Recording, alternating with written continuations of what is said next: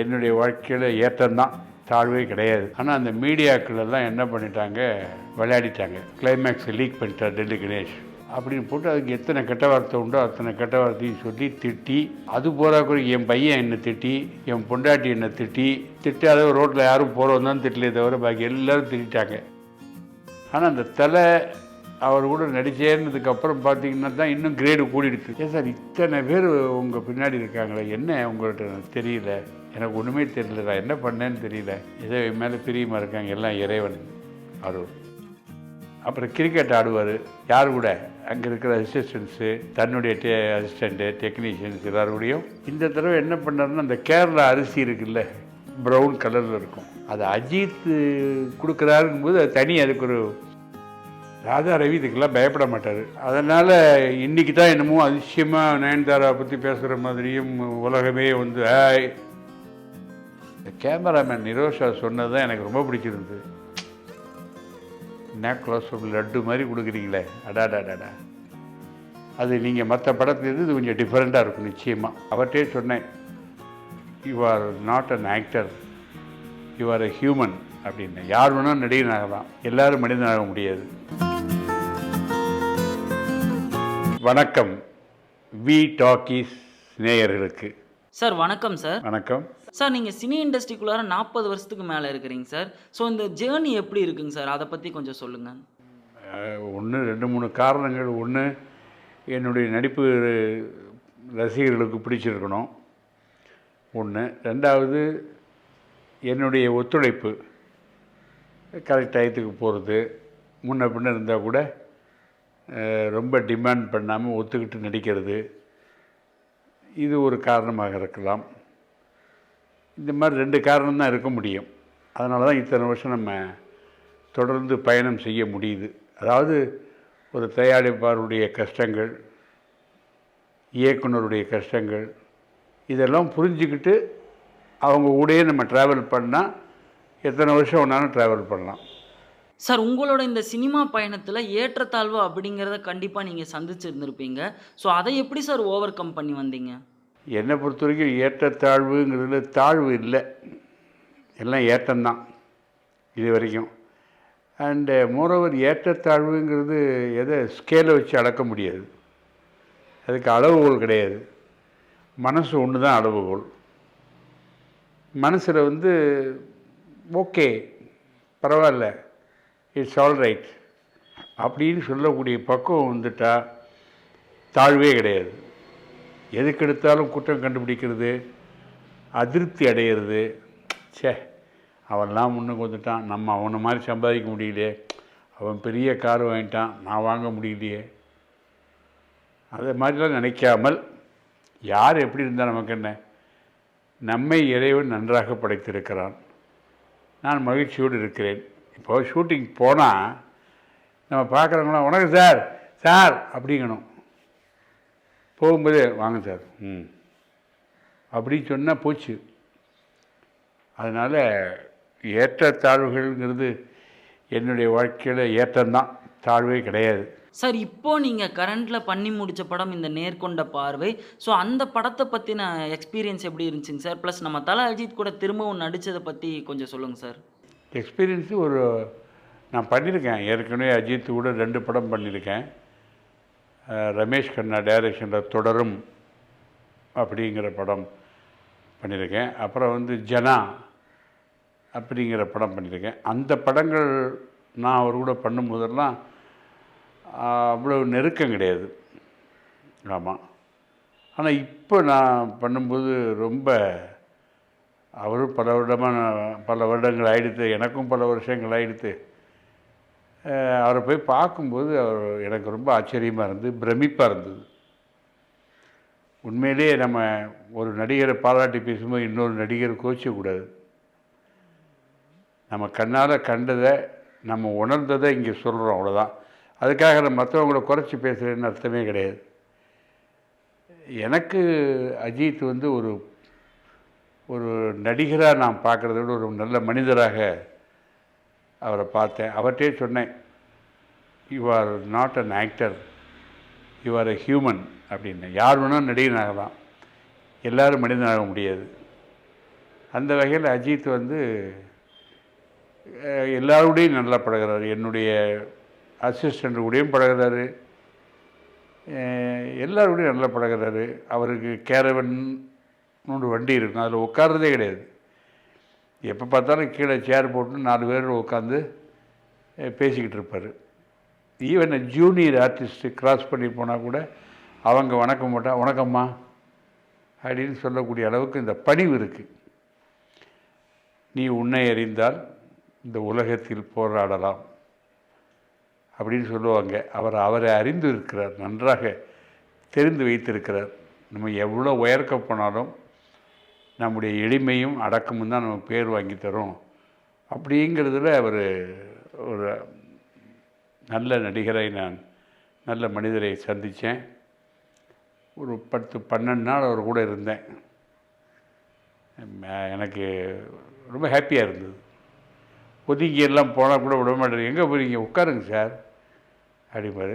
சாயந்தரம் ஷூட்டிங் முடிஞ்சிருச்சுன்னா உடனே ரூமுக்கு போக மாட்டார், கார் எடுத்துகிட்டு சர்றன்னு போகிறதெல்லாம் கிடையாது. அங்கேயே உட்காந்துருப்பார், ரொம்ப நேரம் பேசிக்கிட்டு இருப்பார். அப்புறம் கிரிக்கெட் ஆடுவார். யார் கூட, அங்கே இருக்கிற அசிஸ்டன்ஸு, தன்னுடைய அசிஸ்டண்ட்டு, டெக்னீஷியன்ஸ் எல்லாரோடையும் கிரிக்கெட் ஆடுவார். அப்புறம் அது போகிறதுக்கு 8 மணி ஆயிடும் நைட்டு. அந்த டைத்துக்கு தான் போவார். அது மாதிரி அது வரைக்கும் எல்லாம் பேசிக்கிட்டே இருப்பார், நல்லா ஜாலியாக அழகாக பேசிகிட்டு இருப்பார். அதனால் இந்த படத்தை பொறுத்த வரைக்கும் ஒரு நல்ல, என்ன எல்லோரும் சொல்லுவாங்க நீங்கள் ரொம்ப எளிமை, அது நான்லாம் ஒன்றுமே இல்லை அவரை பார்க்கும்போது. அவர்கிட்டேருந்து என்ன நிறைய கற்றுக்கணும், எளிமையாக இருக்கிறது எப்படின்னு. அண்ட் மோரோவர் நான் ஆரம்பத்திலே நிறைய பத்திரிகைகளில் சொல்லியிருக்கேன், அவர் எதிரையும் இன்வால்வ் பண்ணிக்கிறது இல்லை. ரொம்ப ஒரு அரசியலோ ஒரு தேவையில்லாத கூட்டங்களோ எதுலேயும் அவர் இன்வால்வ் பண்ணிக்கிறதே இல்லை. அவர் உண்டு, அவர் நடிப்பு உண்டு, அப்படி இருக்கார். அதனால் எனக்கு இந்த அனுபவம் ரொம்ப அருமையான அனுபவமாக அமைந்தது. சார், இப்போ நீங்களே சொன்னீங்க 12 நாள் கிட்ட வந்து அவர் கூட தொடர்ந்து வந்து ஒர்க் பண்ணணும்னு சொல்லிட்டு. நீங்கள் வெஜிடேரியன் தான் இருந்தாலுமே வந்து நம்ம தல அஜித் வந்து பார்த்தீங்கன்னா எல்லாத்துக்கும் பிரியாணி செஞ்சு போடுவார் அப்படின்னு சொல்லி கேள்விப்பட்டிருக்கோம். ஸோ நீங்கள் அவரோட பிரியாணியை டேஸ்ட் பண்ணீங்களா? இல்லை, இந்த தடவை அவர் நான் வெஜிடேரியன் அவருக்கு தெரியும் ஒன்று. இந்த தடவை என்ன பண்ணாருன்னா, அந்த கேரளா அரிசி இருக்குல்ல, ப்ரௌன் கலரில் இருக்கும், அந்த அரிசியை கேடிஆர்னு ஒரு சாம்பார் பொடி இருக்குது பெங்களூரில், ரொம்ப ஃபேமஸ். அந்த பொடியை போட்டு சாம்பார் சாதம் சூடாக ரெஸ்டாரண்ட் பண்ணி கொடுப்பாரு. அது ஒரு கப்பு கொடுப்பாரு. சாப்பிடுங்க சார், சாம்பார் சாதம் தான், நான்வெஜிடேரியனில் சாப்பிடுங்க அப்படிம்பாரு. சாப்பிடுவேன். ஆமாம். அப்புறம் மறுநாளைக்கு கொடுத்தாரு. சார் இந்த அரிசி எனக்கு ஒத்துக்கலை, உங்களுக்கு ஓகே நீங்கள் சாப்பிடுங்க, எனக்கு வேணாம் அப்படின்ட்டுருவேன். இப்போ டீ குடித்தா உங்களுக்கு டீ, உங்களுக்கு அப்பா 4 டீ கொண்டா அப்படின்னு சொல்லக்கூடிய ஒரு, இதெல்லாம் சின்ன சின்ன விஷயங்கள். ஒரு டீ நமக்கு வாங்க தெரியாதா, நாம் கேட்ட ப்ரொடக்ஷனில் தரமாட்டாங்களா? அது அஜித் கொடுக்குறாருங்கும்போது அது தனி, அதுக்கு ஒரு பிரிய அதிகமாகுது. ஆமாம் சார், இது மட்டும் இல்லாமல் அவர் உங்கள் கூட க்ளோஸாக இருந்ததை விட உங்கள் பையன் கூடயும் க்ளோஸாக இருந்தார் அப்படிங்கிற மாதிரியான தகவல்லாம் வந்துச்சுங்க சார். அந்த செய்தியெல்லாம் வந்துருதா? கண்டிப்பாங்க சார். அதை பற்றி கொஞ்சம் சொல்லுங்கள் சார். அதுவும் இல்லை, நான் அவர் ரொம்ப நெருங்கி பழகிறதுனால நான் என் பையனை வச்சு ஒரு படம் எடுத்தேன் இல்லையா, அதை பற்றி சொன்னேன் அவர்கிட்ட. அப்படியா, வெரி குட். படத்தோட பேர் என்னன்னு கேட்டார். எண்ணுள்ள ஆயிரம் அப்படின்னு சொன்னேன். எண்ணுள்ள ஆயிரம், ஓஹோ அப்படின்னாரு. அப்போ நான் சொன்னேன், ஒரு நிமிஷம் உங்களால் ஒதுக்க முடியுமா சார், நான் அந்த படத்தோட ட்ரெய்லரை காட்டுறேன் பாருங்கள் அப்படின்னேன். ஓ ஷுவர், கொண்டாங்க. அதனால் மொபைல்லேயே அது இருந்தது, போட்டு காமிச்சேன். பார்த்தாரு, நல்லா பண்ணியிருக்காரு, வெரி குட் அப்படின்னு சொல்லி பாராட்டினார். பாராட்டினோடனே அப்புறம் இப்போ எடுத்த படத்தையும் காமிச்சேன். இப்போ ரீசெண்டாக போன வாரம் எடுத்த படம் ஒன்று இருந்து அதையும் காமிச்சேன். இது யாருன்னாரு. இதுவும் என் பையன் தான் சார், அது நடித்தவன் தான் இவன். அப்படியா, இதில் வேறு மாதிரி இருக்காரு, but is looking very good, நல்ல பவர்ஃபுல் ஐஸ். இப்படிலாம் யார் பாராட்டி, என்னையே பாராட்ட மாட்டேங்கிறாங்க. என் பையனை பார்க்கவே இல்லை, அவர் பாட்டு பாராட்டுறாரு. எனக்கா தூக்கி வாரி போடுது, புல்லரிக்குதுன்னு சொல்லலாம். உண்மையிலேயே நல்லா இருக்காரு. அவரை வர சொல்லுங்க நான் பார்க்கணும் அப்படின்னாரு. அதுதான் எனக்கு குண்டை தூக்கி போட்ட மாதிரி இருந்தது. அவரை வர சொல்லுங்க நான் பார்க்கணும்னு அவர் சொல்ல வேண்டிய அவசியமே இல்லை. எனக்கு கையும் ஓடல காலம் ஓடல. நேரம் என் பையனுக்கு ஃபோன் பண்ணேன். அவனுக்கு இதை விட சந்தோஷம். அப்படியா, ட்ரெய்லர் பார்த்தாரா? என்ன அவர் கூப்பிட்டாரா இல்லை நான் கூப்பிட்டு நீங்கள் கேட்டிங்களா? இல்லைடா அவர் தான் கூப்பிட்டாரு உடனே. என்ன அப்படியா, நீ உடனே புறப்பட்டு வாயேன் அப்படின்னு. அவன் உடனே புறப்பட்டு வந்தான். வந்து 2 நாள் அவர் கூடவே இருந்தான். நான் உட்கார மாட்டேன். அவங்க 2 பேரும் பேச ஆரம்பித்தா நான் போயிடுவேன். எங்கே போகிறீங்கன்னாரு. இல்லை சார், நான் நிறைய பேசியாச்சு உங்கள் கூட, அவன் பேசட்டும், நான் தொந்தரவாக இருக்க விரும்புகிறேன்னு போயிடுவேன். அப்போ நிறைய பேசிக்கிட்டு இருந்தார். அப்போ சொன்னார், சினிமாங்கிறது நீங்கள் கேட்ட கேள்வி தான், முதல் கேள்வி தான். அவர் சொன்ன நிறைய ஏற்றத்தாழ்வுகள்லாம் இருக்கும், நான் 2ஐயும் பார்த்துருக்கேன். சொல்லிவிட்டு தைரியமாக இருங்க, வரும், நீங்கள் வருவீங்க, தைரியமாக இருங்கன்னாரு. அப்பா, அவனுக்கு இன்னும் 10 படம் நடித்த ஒரு ஃபீலிங் வந்துடுது. ரொம்ப சந்தோஷம். போகும்போது போயிட்டு வரேன் அப்படின்னாரு. போயிட்டு வாங்க, பார்ப்போம் அப்படின்னு சொல்லிட்டாரு. அந்த 2 நாள் அவனுக்கு மறக்க முடியாது. நான், அஜித்து, பையன், என் அசிஸ்டண்ட்டு எல்லோரும் ஃபோட்டோ எடுத்துக்கிட்டோம். அப்போ கேட்டேன், இந்த ஃபேஸ்புக்கில் போடலாமா சார்னு. இப்போவா, படம் ரிலீஸுக்கு முன்னாடி போடுங்களேன் அப்படின்னாரு. சரி சார்ண்ணே. அதனால் நான் போடவே இல்லை, இன்னும் வச்சுருக்கேன் அப்படியே. ஆமாம், ஏன்னா அவர் சொல்கிறத நம்ம கேட்கணும். இதுதான் ஷாக்குன்னு சொல்லிட்டு ஃபோட்டோவை போட்டு எனக்கு அஜித்தை தெரியும் பார்த்தீங்களா ஃபோட்டோவை அப்படிலாம் காட்டுறது எனக்கு என்ன இருக்குது பெருமை. நல்ல ஒரு இனிமையான நாட்கள். அதில் என்ன ஒரு பியூட்டி என்னென்னா, நமக்கு ஆல்ரெடி 40-45 வருஷம் நினச்சி ரொம்ப பாப்புலர் தான். நான் இல்லைங்களே, பாப்புலர், எல்லாருக்கும் என்ன தெரியுங்கிறது ஒத்துக்கிறேன். ஆனால் அந்த தலை அவர் கூட நடித்தேன்னதுக்கப்புறம் பார்த்திங்கன்னா தான் இன்னும் கிரேடு கூடிடுது. எல்லோரும் தலை கூட நடிச்சிங்களா, எப்படி சார் அவர் பார்ப்பீங்களா, ஆஹா அப்படின்னு அந்த அளவுக்கு. அது என்ன அவர்கிட்ட அப்படி ஒரு மாயம் இருக்குது. நான் அவர்த்தையே கேட்டேன், ஏன் சார் இத்தனை பேர் உங்கள் பின்னாடி இருக்காங்களே, என்ன உங்கள்கிட்ட எனக்கு தெரியல, எனக்கு ஒன்றுமே தெரியல, நான் என்ன பண்ணேன்னு தெரியல, ஏதோ என் மேலே பிரியமாக இருக்காங்க, எல்லாம் இறைவன் அருள், கடவுள் நம்பிக்கை உண்டு அவருக்கு அப்படின்னாரு. அதெல்லாம் ரொம்ப கற்றுக்கணும் சார். இப்போது ரொம்ப நாள் கழித்து நீங்கள் தல அஜித் கூட வந்து பார்த்தீங்கன்னா இந்த ஸ்க்ரீன் ஷேர் பண்ணி வந்து நடிச்சிருக்கிறீங்க. ஸோ அந்த எக்ஸ்பீரியன்ஸ் எப்படி இருந்துச்சுங்க சார்? அந்த சீனை நான் எங்கேயோ ஒரு தடவை சொல்லிவிட்டேன், ஒரு காலேஜில் சொல்லிட்டேன். ஆனால் அந்த மீடியாக்களெல்லாம் என்ன பண்ணிட்டாங்க, விளையாடிட்டாங்க. கிளைமேக்ஸை லீக் பண்ணிட்டார் டெல்லி கணேஷ். இவ்வளோ பெரிய சீனியர் ஆர்டிஸ்டாக இருந்து இந்த மாதிரி பண்ணலாமா அப்படின்னு போட்டு அதுக்கு எத்தனை கெட்ட வார்த்தை உண்டோ அத்தனை கெட்ட வார்த்தையும் சொல்லி திட்டி, அது போகிறாக்குற என் பையன் என்னை திட்டி, என் பொண்டாட்டி என்னை திட்டாத ரோட்டில் யாரும் போகிறோம் தான் திட்டலே தவிர பாக்கி எல்லோரும் திட்டாங்க. நான் கதையை லீக் அவுட் பண்ணணுங்கிற ஆசையே எனக்கு கிடையாது. அவருடைய நல்ல பண்புகளை சொல்லணும்னு ஒரு ஆசை. அப்படிங்கும்போது மற்ற படத்திலிருந்து இவருடைய ஆக்டிங் எப்படி டிஃப்ரெண்ட்டாக இருக்குது அப்படின்னு சொல்லும்போது டெஃபரெண்டாக அந்த கதையுடைய வரிகள் வந்திருக்கலாம். அந்த மாணவர்கள் அங்கேயே சொல்லியிருந்தாங்கன்னா, சார் கிளைமேக்ஸ் சொல்லாதீங்க அப்படின்னு சொல்லியிருந்தால் சாரின்னு இருப்பேன், சாரி நான் சொல்லலைன்னு இருப்பேன். எனக்கு நான் இப்போ இதை போய் சொல்லி என்ன ஆகணும், ஒன்றும் அது. ஆனால் அஜித் வருத்தப்படுறாரோ இல்லையோ, இதுக்குன்னு சில கும்பல் இருக்குது ஏற்றி விடுறது. வேண்டாதவன் இருப்பான், ஏய் பத்தியா நம்ம தலைவர் படத்துலாம் கிளைமேக்ஸ் வருமா, அவர் வந்துருத்துப்பார், டெல்லி போட்டார் அப்படிமா. இது மாதிரி பல பேர் இருக்காங்க. அதனால் இப்போ சங்கர் படம் பண்ணேன், இந்தியன் பார்ட் 2. அப்போ சங்கர் கூட ஒரு ஃபோட்டோ எடுத்துக்கிட்டேன். அவர் ரொம்ப சந்தோஷமாக எடுத்துங்கன்னாரு. இதை நான் ஃபேஸ்புக்கில் போடலாம், போடுங்க தாராளம் போடுங்க, கதையை மட்டும் சொல்லாதீங்க யார்ட்டி அப்படின்னாரு. அதை மாதிரி எங்கிட்ட யாருக்கு சொல்லலை. சொல்லியிருந்தால் நான் அதுவும் நிப்பாட்டிருப்பேன், சொல்ல மாட்டேன். ஏதோ ஃபுல்லாக ஒன்றும் சொல்ல, லேசாக 2 வரி விட்டதுக்கே எல்லோரும் திட்டான். அதிலிருந்து நான் இப்போ பயந்து போய் உட்காண்ட்ருக்கேன். ஒன்றும் கிடையாது, கதையை பற்றி சொல்கிறதே இல்லை. சார் அப்படி இல்ல சார். பிங்க் படத்தோட ரீமேக் தானுங்க சார். இல்லை, அது ரீமேக்னா கூட வேறு மாதிரி பண்ணியிருக்கலாம். அப்படியே பண்ண மாட்டாங்கல்ல. சார் கதை கேட்கல சார். அவர் கூட நடிச்ச எக்ஸ்பீரியன்ஸ் தான் கேட்டேன். எக்ஸ்பீரியன்ஸ் அவர் நடிப்புக்கு என்ன, அவர் திருப்பி திருப்பி அவருடைய நடிப்பு தான். அது நீங்கள் மற்ற படத்துலேருந்து இது கொஞ்சம் டிஃப்ரெண்ட்டாக இருக்கும் நிச்சயமாக. அதை நான் பார்க்க முடிஞ்சுது. ஆமாம் சார் இப்போ ஒரு மிகப்பெரிய ஸ்டாரா இருக்கிற நம்ம தமிழ் இண்டஸ்ட்ரியில தலாஜித்.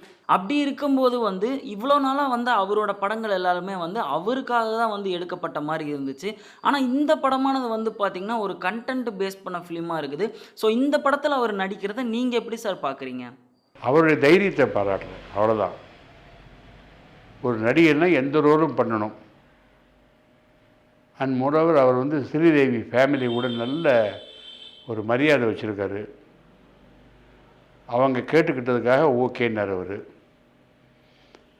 இல்லை சார், இந்த ரோல்லாம் என்னால் பண்ண முடியாது, மக்கள் ஏற்றுப்பாங்களோ மாட்டாங்களோ அதெல்லாம் ஒன்றும் சொல்லாமல் தைரியமாக நான் பண்ணுறேன், இதுலேயும் பேர் வாங்குறேன்னு சொல்கிறார் பாருங்கள், அவன் தான் நடிகன். அதில் அவர் நம்பர் 1. அதனால் அதை பற்றி அவர் கவலைப்படல. சார் இப்போ நீங்க பசி அப்படிங்கிற படத்துல உங்களோட பெர்ஃபார்மன்ஸ பார்த்து நாங்க வியந்திருக்கோம். ஸோ அத தொடர்ந்து இப்போ நேர்கொண்ட பார்வை அப்படிங்கிற படத்திலேயே நீங்க வந்து பெர்ஃபார்மன்ஸ் பண்ணியிருக்கிறீங்க. ஸோ அந்த படத்துல பார்த்த டெல்லி கணேஷ் சாருக்கும், இந்த படத்துல பார்க்க போற டெல்லி கணேஷ் சாருக்கும் என்ன வித்தியாசம் இருக்கும் சார்? நிரந்தரம், கண்டினியூட்டிம்பாங்க. அதாவது பசியிலையும் நடித்தேன். அந்த கேரக்டர், அப்படிப்பட்ட கேரக்டர் சென்னையில் இருக்கக்கூடிய ஒரு ரிக்ஷாக்காரராக நடித்தேன். அந்த கேரக்டராகவே வாழ்ந்தேன்னு சொல்லலாம். இப்போ அந்த படத்தை பார்த்தா கூட அந்த பசிக்கு அப்புறம் நான் பண்ண மாதிரி கேரக்டர் யாரும் பண்ணலைன்னு தான் சொல்ல முடியும். யாரும் பண்ணல. நான் பண்ணேன், ஏதோ பண்ணேன். இதை வந்து சாதிக்கணும் அந்த மாதிரி எண்ணமே கிடையாது. ஏதோ ஒரு கேரக்டர் வந்தது, மாற்றுது. நான் ரிக்ஷா ஓட்ட கற்றுக்கிட்டேன். அப்புறம் அந்த சென்னையில் அவங்க பேசுகிற பாஷையை கற்றுக்கிட்டேன். அது ஈஸியாக வந்துடுது. எல்லோரும் சென்னை பாஷையை வந்து காமெடிக்கு தான் பயன்படுத்துவாங்க. ஏய் என்னடா அப்படின்னா காமெடிக்கு தான் பண்ணுவாங்க. நான் அதை சென்டிமெண்ட்டுக்கும் கொண்டு வந்தேன். என் மனைவி இறந்து போயிடுவா தண்டவாளத்தை தலையை விட்டு அப்படிங்கும்போது, முருகா உன் பஞ்சாயத்து தண்டவாளத்தை தலையை விட்டு போயிட்டாயா அப்படிம்பா. அப்போ நான் பிரவீனா அட்ட வந்து சொல்லுவேன், பாவி உண்டை அவசரப்பட்டு தண்டவாளத்தை தலையை விட்டுச்சு, அவள் இருக்கும்போது அவள் அருமை எனக்கு தெரியாமல் போச்சு, அருமை தெரியும்போது அவள் எல்லாம் போயிட்டாய், எனக்கு ஒன்றுன்னு அவள் தான் எல்லாம் பார்த்துக்கிடுவா, இப்போ யார் இருக்கா எனக்கு அப்படிங்கும்போது மெட்ராஸ் பாஷையவே கண்கலங்க வச்சு நடித்தது நான் தைரியமாக சொல்ல முடியும். அப்போ அதுக்கு பேர் வந்தது, எம்ஜிஆர் அவார்டு கொடுத்தார். அது ஒன்று போகிறோம். வேறு என்ன அங்கீகாரம் கிடைச்சதோ கிடைக்கலையோ தெரியாது. எம்ஜிஆர் இந்த படத்தை பார்த்துட்டு யார் அது அப்படின்னு அவரே கூப்பிட்டு எனக்கு பரிசு கொடுத்தாரு. உங்களை நேரில் பார்க்கும்போது உங்கள் மேலே எனக்கு பிரிய வருது, அந்த கதையை பார்க்கும்போது உங்கள் மேலே கோபம் வருது எனக்கு இங்கெல்லாம் சொன்னார் என்கிட்ட. அது ஒன்று. அது பசி. இப்போ நடித்த படத்தில் வந்து இதில் வந்து எனக்கு ஒரு பொண்ணோட ஹீரோயினோட அப்பா, பொன் படுற கஷ்டங்கள், இந்த மாதிரி சில விஷயங்களில் இது என்ன ஒரு புதுமைன்னு கேட்டால் டயலாக்கே கிடையாது. ரொம்ப எல்லா படத்தையும் டபுள்னு பேசுவோம். இதில் டயலாக் கிடையாது, எக்ஸ்ப்ரெஷன். அதை டைரக்டர் முதலே சொல்லிட்டார், படத்தை பாருங்கள், உங்களுக்கு பிடிச்சிருந்தா பண்ணுங்கள், இல்லைன்னா விட்டுருங்கன்னாரு. நான் சொன்னேன், அப்படிலாம் ஒன்றும் கிடையாது, எந்த டைரக்டர் கூட்டாலும் போய் நடிக்கணும், அவ்வளோதான். பிடிச்சிருக்கு பிடிக்கலன்னு சொல்லக்கூடாது. இது பிடிச்சிருந்து என்ன பண்ண போகிறாங்க? அப்படியே ஒரு அவார்டு பத்மஸ்ரீ கொடுத்து என்ன பண்ண போகிறோம்? தொங்க விட்டுன்னு தெருவா போகிறோம்? அதெல்லாம் ஒன்றும் கிடையாது. அந்த போகிறாம்பா டெல்லி கணேஷ்னு ஒரு குழந்தை சொல்லுதுன்னா அதுதான் எனக்கு அவார்டு. அது இன்றைக்கி வரைக்கும் இருக்குது. ஆனால் இந்த படத்தில் வசனம் இல்லையே தவிர சில இடங்களில் என்னுடைய எக்ஸ்ப்ரெஷன் வந்து 10 பக்க வசனத்துக்கு ஈக்குவலாக இருந்தது. தைரியமாக நம்ம சொல்லலாம். கேமராமேன் நிரோஷா அவர் ஒரு க்ளோஸ்அப் வச்சார். டைரக்டர் சொன்னார், 3 க்ளோஸ்அப் வேணும் சார் எனக்கு, அதை ஒன்று ஒன்றா போகலாமா இல்லை மொத்தமாக போகலாமா சார்? மொத்தமாக போகலாம் சார் அப்படின்னேன். கேமரா பக்கத்தில் வச்சு நல்லா ஃப்ரேம் பண்ணிவிட்டு அழகாக sir ready sir roll camera ஆக்ஷன்னாரு. அந்த க்ளோஸ்அப்பு ரொம்ப ஃபீல் பண்ணேன். பண்ணி முடித்த உடனே டைரக்டர் கட்டினார். இந்த கேமராமேன் நிரோஷா சொன்னது தான் எனக்கு ரொம்ப பிடிச்சிருந்தது.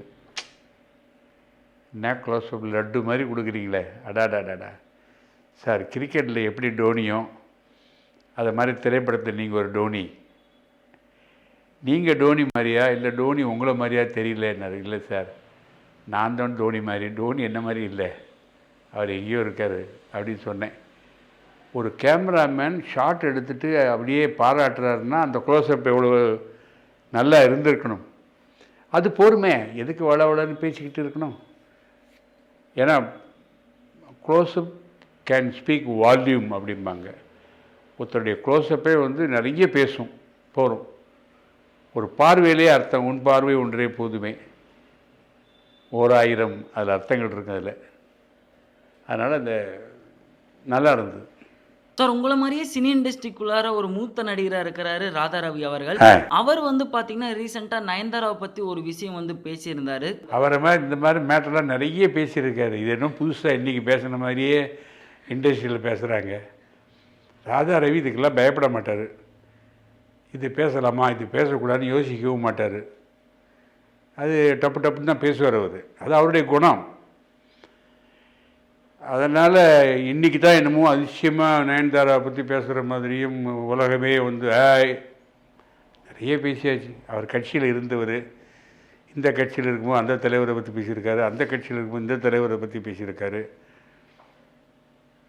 அதுக்கெல்லாம் ஒரு தைரியம் வேணும். முதல்ல தப்பு தான், அப்படி பேசுகிறது தப்பு தான், அதில் நான் ஒத்துக்க மாட்டேன். இருந்தாலும் அப்படி தப்பாக பேசுகிறதுக்கும் தைரியம் வேணுமே. என்ன வேணால் நடக்கட்டும் போயா அப்படின்னு பேசுகிறதுக்கு. இப்போ நமக்கு அதெல்லாம் கிடையாது.